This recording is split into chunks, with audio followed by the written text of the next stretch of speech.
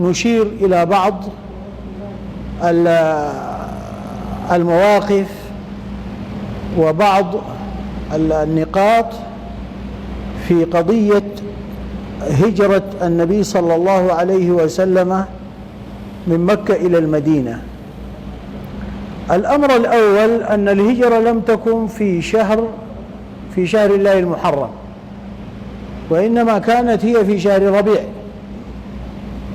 ولكن جرت عادة علماء الإسلام أن يحتفلوا بهجرة النبي صلى الله عليه وسلم في شهر المحرم، وذلك له ارتباط بأمر عظيم، وهو التقويم اللي هو التأريخ. الله سبحانه وتعالى قال: إن عدة الشهور عند الله 12 شهرا في كتاب الله يوم خلق السماوات والأرض منها 4 حرم. والنبي صلى الله عليه وسلم في حجة الوداع قال: إن الزمان قد استدار كهيئته يوم خلق الله السماوات والأرض، السنة 12 شهرا منها 4 حرم 3 متواليات: ذو القعدة وذو الحجة والمحرم ورجب مضر الذي بين جمادى وشعبان. الله سبحانه وتعالى ذكر الأشهر الحرم إجمالا، والنبي صلى الله عليه وسلم بين لنا ما هي هذه الأشهر الحرم في هذا الحديث. فهجرة النبي صلى الله عليه وسلم كانت في شهر ربيع، ولكن سيدنا عمر بن الخطاب عليه رضوان الله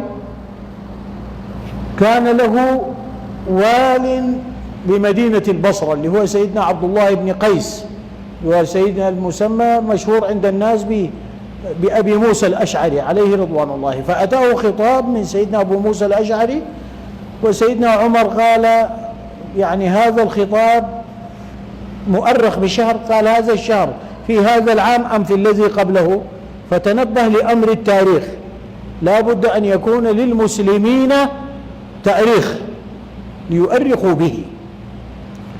فجمع الصحابة لهذه القضية المهمة، واختلفوا هل يؤرخون بمولد النبي أم يؤرخون بوفاة النبي صلى الله عليه وسلم أم يؤرخون بفتح مكة أم يؤرخون بغزوة بدر الكبرى أم بهجرة النبي صلى الله عليه وسلم. ثم استقر أمرهم على التأريخ بهجرة النبي صلى الله عليه وسلم، ثم رجع بالأشهر القهقرة في عام الهجرة إلى شهر الله المحرم، وجعله يعني أول يوم في شهر محرم هو يوم 1 شهر المحرم.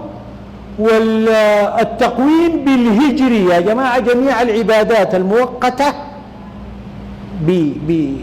بتاريخ هي بالشهر الهجري، ليست هي بالشهر الإفرنجي، لأن الشهر الإفرنجي ليس بشهر عند الله سبحانه وتعالى بنص القرآن.